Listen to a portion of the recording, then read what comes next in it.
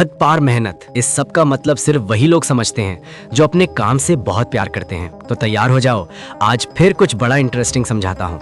हर बार मेहनत वही इंसान कर सकता है जो अपने काम में फोकस्ड हो।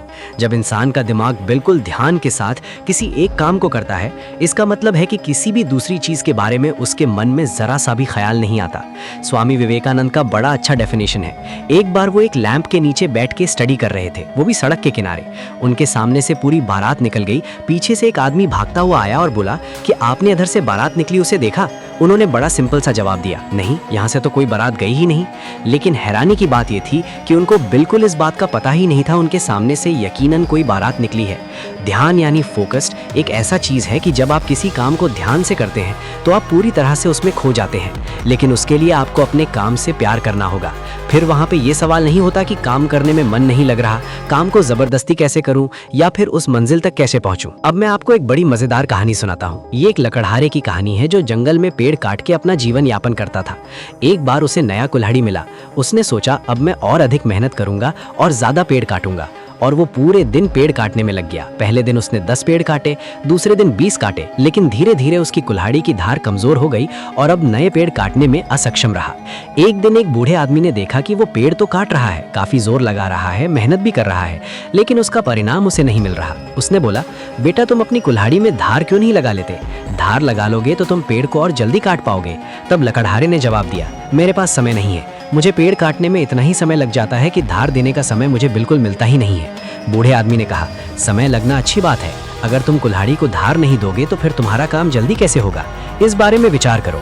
अगर धारी नुकीली नहीं, तेज नहीं, फिर तुम अपने काम को जल्दी कैसे पूरा कर पाओगे? फिर तुम्हारे मेहनत का क्या परिणाम? काम करना है तो तुम्हें कुल्हाड़ी में धार लगानी पड़ेगी। लकड़ी ने उसकी बात मानी और अगले दिन उस कुल्हाड़ी की धार को डबल कर दिया। नतीजा ये हुआ कि अब वो पहले से ही ज्यादा पेड़ काटने लगा। ये कहानी हमें सिखाती है कि अपने काम में गहराई और फोकस के साथ योजना और तरीके बनाना भी जरूरी है।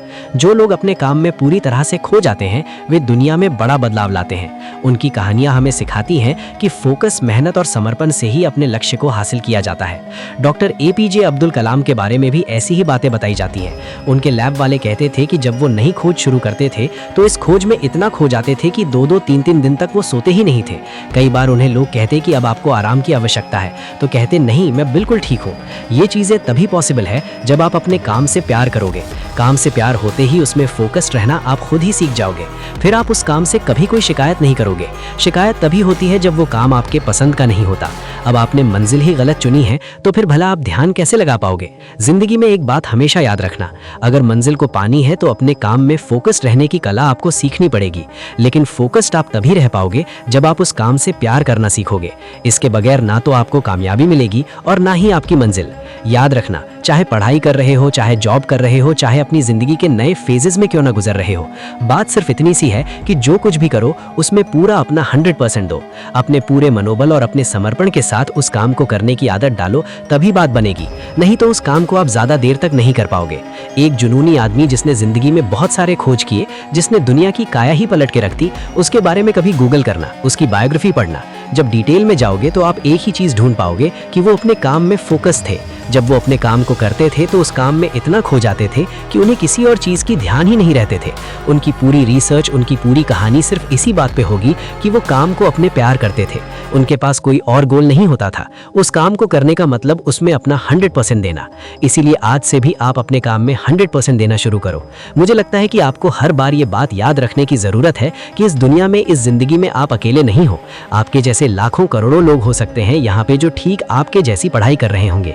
उनकी भी मंजिल शायद सेम ही होगी, उन्हें भी वहीं तक पहुंचना होगा। कंपटीशन इतना टफ है कि कोई भी आपके सर पे पैर रख के भागने को तैयार है।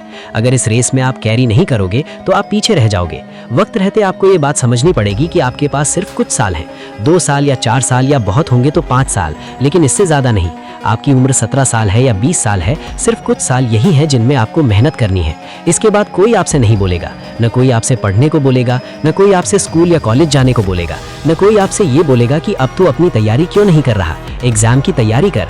हकीकत यह है कि हर चीज का एक टाइम लिमिटेड है। अगर उस समय को इस्तेमाल करना नहीं सीखा तो पूरी जिंदगी बैठ के रोते रहोगे। एक रिक्शे वाले से पूछा गया कि आपकी जिंदगी का सबसे बड़ा पछतावा क्या है, तो उसने बड़ा रोते हुए जवाब दिया। कहता है, मुझे अफसोस इस बात का है कि मैंने उस वक्त पे उस काम को नहीं किया जिस समय पे करना चाहिए था। लेकिन उससे भी अफसोस इस बात का है कि इस उम्र में मैं उस चीजों को सोचता हूँ जो नहीं सोचनी चाहिए। पढ़ाई की उम्र में पढ़ाई नहीं करी तो अब भला इस बारे में विचार कर क्या फायदा? मेरी कौन सी बड़ी जॉब लग जाएगी या कौन सा मैं किसी बड़ी कंपनी में काम कर पाऊंगा? मैं पढ़ा लिखा नहीं हूँ। अब मैं वही करता हूँ जो मुझे करना आता है। मैंने जिंदगी से कुछ नहीं सीखा सिवाय अब इस मेहनत करने के, और यही कर रहा हूँ।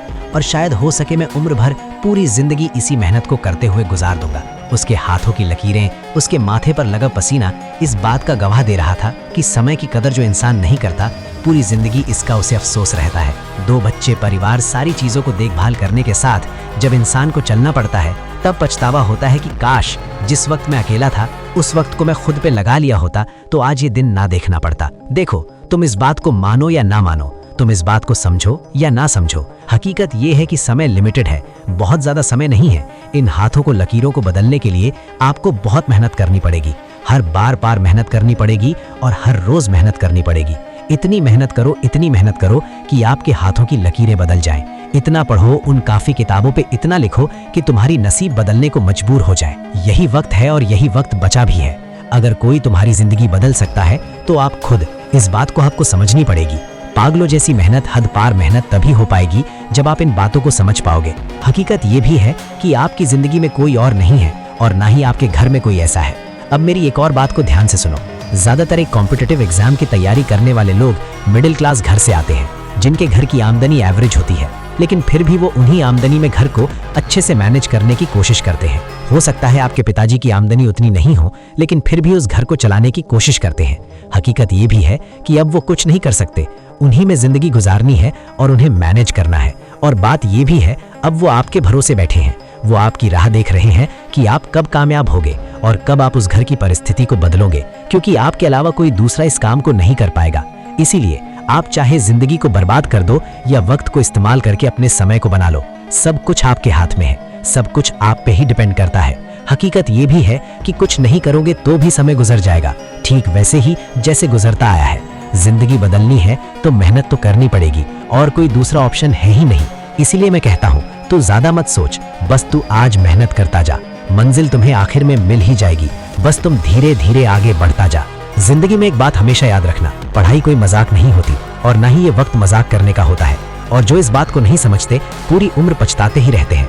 वक्त निकल जाता है, फिर उनके हाथ में पछताने या और रोने के सिवा कुछ नहीं आता। ये बात मैं पहले भी कई बार बताई है, लेकिन इस बात को हर दिन खुद को याद दिलाने की आवश्यकता है।